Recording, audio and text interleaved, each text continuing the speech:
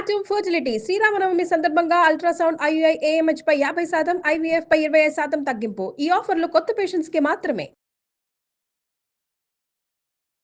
నమస్తే రమగారు. నమస్తే జయ. రమగారు, రొటీన్గా కొన్ని పనులు చేస్తూ ఉంటాం మనం కదండి. ఆఫీసులకి వెళ్ళేవారు మార్నింగే లేవటం, పిల్లల్ని రెడీ చేసుకోవటం, వాళ్ళు రెడీ అవ్వటం, బాక్సులు పెట్టుకోవటం, ఆఫీస్కి వచ్చేయటం, మళ్ళీ ఇంటికి వెళ్ళటం, మళ్ళీ నైట్కి ఏం వండుకోవాలి, ఏం తినాలి, రేపటి బాక్సులు ఏంటి.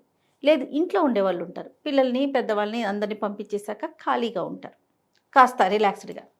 ఆ టైం ఒక్కొక్కసారి ఏమనిపిస్తుంది అంటే, ఖాళీగా ఉంటున్నా, నేను ఏదైనా ఒకటి చేస్తే బాగుండు అనే ఒక ఆలోచన వస్తుంది. ఇంకా ఆసమ్మ ఓసమ్మ అనుకుంటే కబుర్లు చెప్పుకోవటము, చుట్టాలకి ఫ్రెండ్స్కి కాస్త ఎంతసేపు మనం మాట్లాడుకుంటాం, ఎన్ని రోజులు మాట్లాడతాం.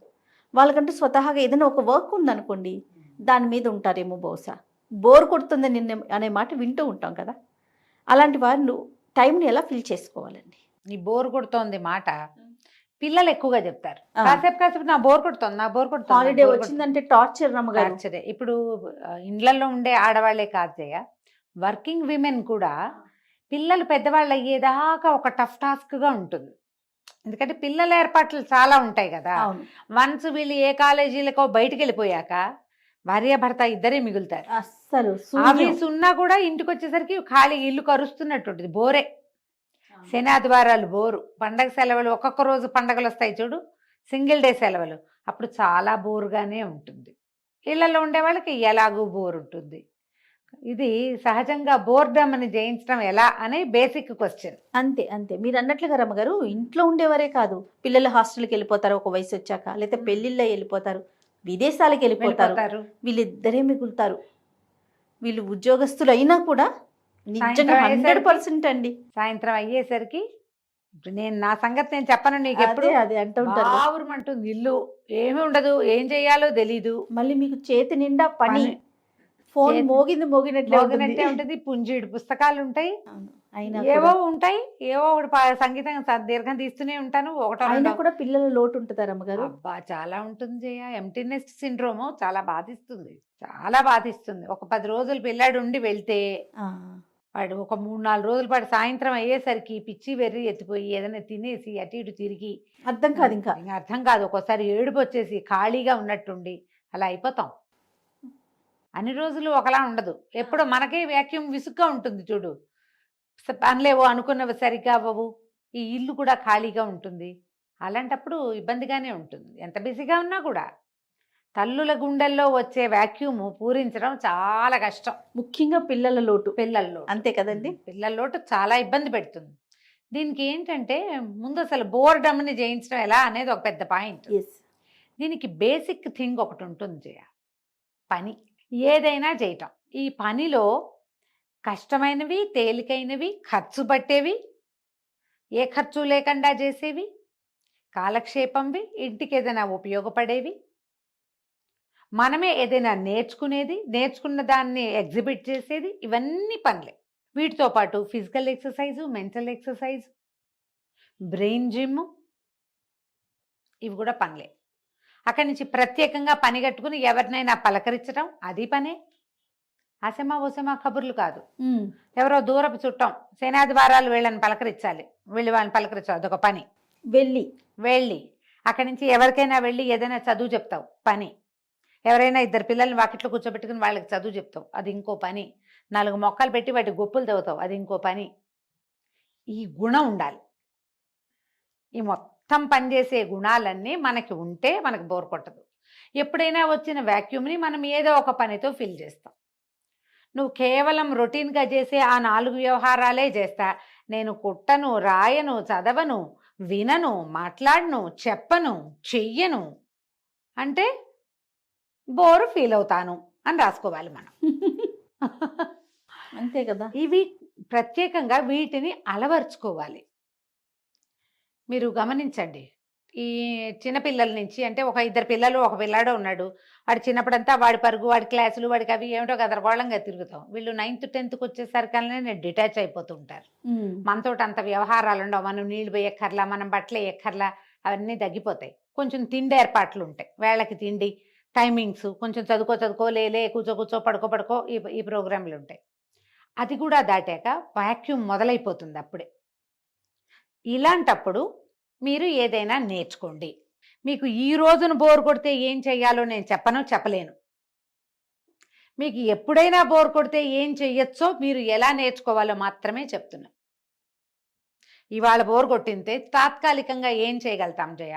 ఎవరికైనా ఫోన్ చేసి కాసేపు మాట్లాడతాం, కాసేపు అట్లా రోడ్డు మీదకి వెళ్ళి ఏదైనా విండో షాపింగ్ చేసి రావచ్చు, ఏదైనా కొనుక్కోవచ్చు, తాపీగా నడుచుకుంటూ వెళ్ళండి. ఎక్కువ కార్లు గిర్లు పట్టుకెళ్ళదు, ఏదో కొంచెం క్యాష్ పట్టుకెళ్ళి కాసేపు కాలక్షేపం నడిచి తిరిగి ఏమైనా చేస్తే కొంచెం వాక్యూమ్ ఫిల్ అవుతుంది. ఇది చెప్పగలుగుతాం. వారం నీకు బోర్ కొడితే, రోజు బోర్ కొడితే రోజు బజార్ వెళ్ళమని ఎవరు చెప్తారు? అసలు చేయలేం కదా. చేయలేం కదా. ఏదైనా వింటము, ఏదైనా నేర్చుకోవటం, ఇవన్నీ బోల్డ్ ఉన్నాయి కదా కార్యక్రమాలు. వీటిలలో దేంట్లో మీ మనసు రంజిల్లుతుందో ఆ క్రియ ఒకటి కాదు, అవి మల్టిపుల్ థింగ్స్ ప్రాక్టీస్లో పెట్టుకోండి. ఓకే. ఏదో ఒకటి నేర్చుకుంటా అంటే ఒకటి మీకు కాలక్షేపాన్ని ఇవ్వదు, ఒకటి కొన్నాళ్ళకి రొటీన్లోకి వెళ్ళిపోతుంది. మీకు మొక్కలు పని ఉందనుకో, అది రొటీను.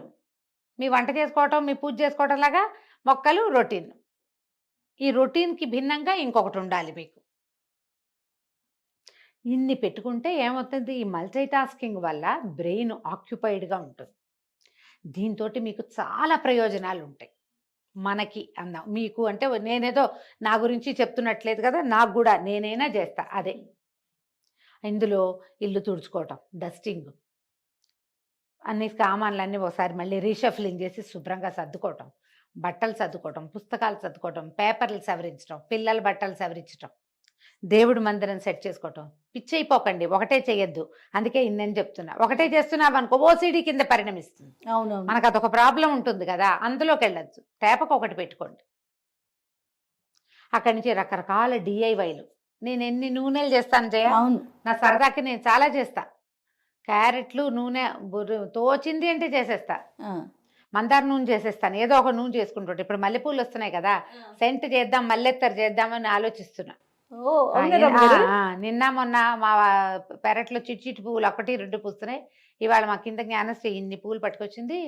పువ్వులు కట్టి దేవుడి దగ్గర పెట్టాక వంట చేస్తున్న చేతులు అదే వాసన వస్తున్నాయి జయ. మల్లెపూల వాసన వదల్లా అసలు. అనిపించింది మల్లెత్తరు చేసుకుంటే ఎలా ఉంటుంది. నేను రోజు వాటర్ అవి చేసుకుంటాను. అవును అవును రమ్మగారు, మీరు ఇది మాట అంటే గుర్తొచ్చింది. మీరు ఒకసారి క్యారెట్ తో కొబ్బరి నూనె ఫేస్ ఆయిల్ చేశారు, గుర్తుందా? అది ఇప్పుడు ఎంత ట్రెండింగ్ లో ఉందో తెలుసా రమ్మగారు? మీరు ఎప్పుడు అనగా చేశారు? దాదాపు 2.5 సంవత్సరాలు అవుతోంది కదా. మనం యాక్చువల్ గా క్యారెట్ ఆయిల్ 3 ఏళ్ల క్రితం చెప్పాం, 2 ఏళ్ల క్రితం చేశారు కదా. ఇప్పుడు ట్రెండింగ్. ఖుష్బూ గారు వాడారట, అది ఆవిడ ఒక ఇన్స్టాలో పోస్ట్ పెట్టారు. మన వాళ్ళేమో ఖుష్బూ ఆయిల్ నేను ఇన్స్టాలో చూస్తా ఉన్నా. నేను మొన్న మన పిల్లలకి చెప్పాను, రమ్మగారు ఎప్పుడో చేసాం కదా మనము, మళ్ళీ ఇంకొకసారి మన వాళ్ళు జాగ్రత్తగా ఖుష్బూ వాడిన ఆయిల్ అని రాసి పెట్టారు. అదే మళ్ళీ పోస్ట్ చేశారు. అదే అసలు చెప్తాను, దానికి వచ్చిన కామెంట్లు చూసి నాకు నవ్వొచ్చింది. ఖుష్బూకి మీరైతే, ఖుష్బూకి నేను ఎందుకు ఇస్తాను, నాది నేను చేశాను. మీరు ఎప్పుడో చేసాం మనం, పాతది వీడియో. వీళ్ళతో వాళ్ళకి తెలియదు కదా, వెళ్ళలేదు కానీ బట్ ఆయిల్ ట్రెండింగ్ లో ఉంది, మళ్ళీ పోస్ట్ చేయండి అని చెప్పాను. ఆయిల్ వీడియో చూసి ఓర్ని భలే వేశారే అని అనుకుని నా ప్రతి పేరు నా ఖుష్బూ గారి వ్యవహారం నాకు తెలీదు, నేను ఆవిడని ఎప్పుడు ఫాలో అవ్వలేదు. నేను ఆ వీడియో మెసేజ్లు చూసి అనుకున్నాను, ఓర్ నాయన ఎప్పుడో చేసాము, ఇది చేశారు. అవును, నేను అదే అనుకున్నాను. లేటెస్ట్ కాదు, కిచెన్ స్టార్ట్ చేసిన మొదటి సంవత్సరం చేసాం. అవును, ఇప్పుడు ఏంటి అత్తరు చేయబోతున్నారా? అత్తరు చేయబోతున్నా, చేసుకోవాలి, మళ్ళీ అత్తరు చేద్దామని అనుకుంటున్నా. ప్రాసెస్ తెలుసా రమ్మగారు? నేర్చుకున్నారా? తెలుసు, అడగమచ్చా, చెప్పమని అడగద్దు, నేను చెప్పను. ఇప్పుడు మనకు ఒక వీడియో చేస్తారా? కష్టం, టైం పడుతుంది, అది డేస్ వైజ్ గా తాపీగా చేయాలి, టైం పడుతుంది. నిదానంగా చేసుకుంటే, మన పెరట్లో పువ్వులు ఉన్నాయనుకో, కాసిన పూలతో రోజు కొద్దిగా అట్లా తీసి పక్కకు పెట్టుకుంటే ఒక 10 రోజులకి ఆ పువ్వులు అయ్యే లోపల అన్నాలకంతా తయారవుతుంది, వాసన బాగుంటుంది, ఏదైనా చేద్దాం అనిపిస్తుంది. మీరు ఏదైనా ఇలాంటిది పెట్టుకోండి, దాంట్లో మీరు ఎన్ని రకాలు నేర్చుకోవచ్చు. ఇవాళ ఎంత మనకు అందుబాటులో ఉన్నాయి కదా. పైగా ఈ డిఐవైలన్నీ కూడా మీకు ప్లస్ అవుతాయి. మీరు దాన్ని వ్యాపారంగా మలుచుకోవచ్చు, దాన్ని బిజినెస్ చేసుకోవచ్చు, ఎన్ని రకాలు చేయొచ్చు. మీరు ఆలోచించండి, యూట్యూబర్లు ఎంతమందో, మామూలుగా యూట్యూబ్లో వీడియోలు స్టార్ట్ చేసి బిజినెస్లోకి దిగిన వాళ్ళని ఎంతమందిని చూస్తున్నాం. సక్సెస్ఫుల్ బిజినెస్ విమెన్గా ఉన్నారు. అంత పెద్దది కాబట్టి కొంచెం చిన్నది చేసుకుందాము, మన ఇంటి ఖర్చులు గడిచిపోయినా మనకు చాలుగా, శుభ్రంగా. మీకు బోర్ ఎక్కడుంది అప్పుడు?